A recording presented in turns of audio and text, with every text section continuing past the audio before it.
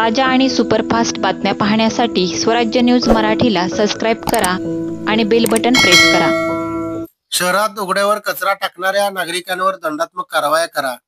दंड भरण्यास नकार देणाऱ्या नागरिकांविरुद्ध पोलिसात फिर्याद द्या, असे आदेश मनपा आयुक्त डॉक्टर सचिन उंबासे यांनी सोमवारी आरोग्य निरीक्षकांना दिले। मनपाची 4थी विशेष स्वच्छता मोहीम सुरू आहे।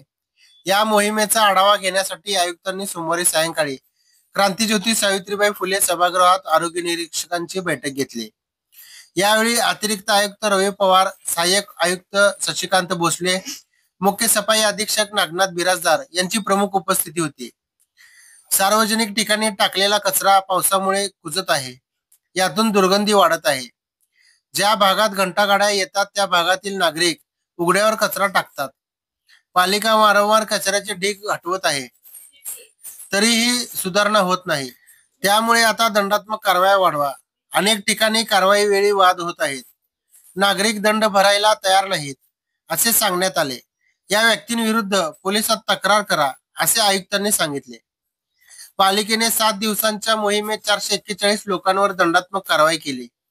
एकूण 98,600 रुपये दंड वसूल केला। सोमवारी एकूण 62 टन कचरा संकलित झाले। कचरा साठलेली 45 ठिकाणे हटविण्यात आल्याचे अतिरिक्त आयुक्त रवी पवार यांनी सांगितले।